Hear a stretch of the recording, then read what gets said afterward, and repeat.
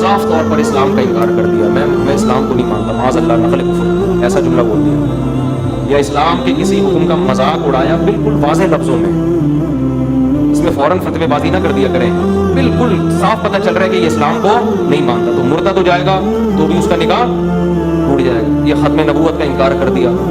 لیکن اس میں وہم بہت لوگوں کو شروع ہو جاتا ہے، وہمی ہو جاتے ہیں، وہمی نہ ہو جایا کریں، پھر تنگ کرتے ہیں، میرے میاں نے یوں بول دیا تھا تو کافر تو نہیں ہو گئے، میرے میاں نے وہ پاگل ہو جاتے ہیں، ہمیں بھی پاگل کر دیتے ہیں۔ واضح لفظوں میں جب تک کوئی مرتد نہیں ہوگا، صاف پتہ چل رہا ہو یہ اسلام کو نہیں مانتا، ایسے الفاظ کہے تو پھر تیسرا نکاح خراب ہوتا ہے جب محرم رشتوں میں جو خاص قسم کے رشتے ہیں ان میں کوئی فزیکل سیکشول ریلیشن ہو گیا، خدا نہ خواستہ ساس اور داماد کا ریلیشن ہو گیا، سسر اور بہو کا ریلیشن ہو گیا، اس سے بھی میاں بیوی کا رشتہ کیا ہو جاتا ہے؟ خراب۔ شریعت کا اصول ہے کسی عورت سے آپ کا سیکشول فزیکل ریلیشن ہے تو اس کی ماں اور بیٹی سے باپ کا ریلیشن نہیں ہو سکتا، تو جب اپنی بیوی کی ماں سے ریلیشن ہو گیا تو اب اس کی بیٹی سے کیا ہو جائے گی؟ حرام۔ وہ تو ساس تو پہلے ہی حرام تھی، بیٹی بھی حرام ہو جائے گی۔ اسی وجہ سے ہم کہتے ہیں کہ بہو اور سسر کو تھوڑا ریزرو رہنے کی ضرورت ہے۔ عام طور پہ تو نہیں کہہ سکتے، لیکن بعض گھروں میں ایسا ہوتا ہے سسر صاحب بہو سے ہاتھ ملا رہے ہیں، یہ غلط ہے۔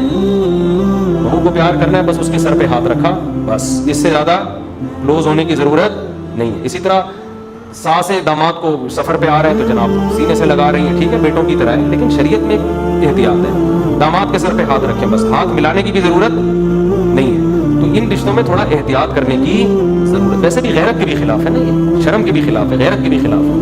تو یہ تین چیزیں ہیں جس میں خیال کرنا چاہیے۔ باقی لوگ وہمی بن جاتے ہیں، تنگ بہت کرتے ہیں، اس میں وہمی نہ بنے، جب تک یقینی بات نہ ہو نا تو پوچھے بھی نہیں، تنگ کرتے ہیں کہ وہ ایسے ہو گیا تھا، یوں ہو گیا تھا، مجھے شک ہے، تو شک وقت سے نہیں ہوتا بھائی، ایسے اپنے آپ کو مصیبت میں نہ ڈالیں۔ اتنے آرام سے نکاح نہیں ٹوٹتا جتنا لوگوں نے بنا لیا، جب تک توڑیں گے نہیں۔ ایک صاحب نے مجھے کہا کہ میری بیوی نے مجھے بھائی بول دیا ہے، کہ تیری بیوی تو تجھے 100 دفعہ طلاق بھی دے دے تو نہیں نکاح ٹوٹتا، عورت کے کہنے سے تھوڑی ہوتا ہے، تو مرد طلاق دے گا تو ہوگا نا، اس کو وہم ہو گیا۔ تو ایسے تو ہر عورت جس نے شوہر سے جان چھڑانی ہو بھائی بول کے پتلی گلی سے نکل لے، وہ کیا خیال ہے، عدالتوں کی ضرورت ہی نہیں ہے، پھر ایسا نہیں ہوتا۔ آزاد کے لفظ میں لوگ بہت وہمی ہو جاتے ہیں، بعض دفعہ آدمی بیوی کو کہہ رہا تھا تم کام کاج سے آزاد ہو، اب وہم ہو جاتا ہے میں نے آزاد بول دیا، تو ایسا نہیں ہوتا، تو اس میں ڈیٹیل ہے، وہمی نہ بنے بس، اور بالکل بے احتیاطی بھی نہ کریں۔ آیت سجدہ کیسے کریں؟ صرف قرآن پڑھ رہے ہوں، جب صرف قرآن پڑھ رہے ہیں، آیت سجدے والی آیت پڑھی آپ نے تو اللہ اکبر کہہ کے سجدے میں چلے جائیں، 3 دفعہ سبحان ربی الاعلیٰ پڑھیں یا کوئی بھی دعا پڑھ لیں، اس کے بعد اللہ اکبر کہہ کے بیٹھ گئے، بس ہو گیا سجدہ۔ رکوع اور سجدے کے درمیان دعا پڑھنا ثابت ہے، اور سجدوں سے سجدے کے درمیان بھی کیا ثابت ہے؟ جی پڑھ سکتے ہیں، پڑھنی چاہیے۔ رکوع کی دعا حمدن کثیرا طیبا مبارکا فیہ رب اغفر لی وارحمنی واہدنی وعافنی ورزقنی، سب پڑھ سکتے ہیں۔ فرض نماز کے فوراً بعد آیت الکرسی پڑھنا اور اس کی جو فضیلت ہے، مرنے کے بعد ہی جنت کا حقیقت نہیں حدیث ہے، حدیث میں آتا ہے نبی صلی اللہ علیہ وسلم نے بہت فضیلت بیان کی ہے، یہ جو فضیلت ہے جنت میں داخلے کی، یہ صحیح حدیث ہے۔ تو آیت الکرسی ہر نماز کے بعد پڑھنی چاہیے۔ اب فرض نماز کے فوراً بعد پڑھی جائے یا سنتوں کے بعد پڑھی جائے، یہ اہم پوائنٹ کی بات ہے، فقہی مسئلہ ہے۔ حدیث کے الفاظ آتے ہیں صلاۃ مکتوبہ، فرض کے بعد۔ اب بعض فقہا اس حدیث کے ظاہر کو دیکھتے ہیں کہ فرض کے بعد کا مطلب فوراً بعد، اور بعض کہتے ہیں کہ یہاں فرض سے بعد مراد یہ ہے کہ یہ اشراق اوابین تہجد کے بعد نہیں ہے، بلکہ فرض کے بعد یہ کا مطلب دوسرے نوافل سے احتراز ہے، تو فرض کے بعد جب اس کی تکمیل ہو جائے سنتوں کے ذریعے تو فرض اور سنت مؤکدہ پڑھنے کے بعد ہے۔ اس مسلک کی دلیل کیا ہے؟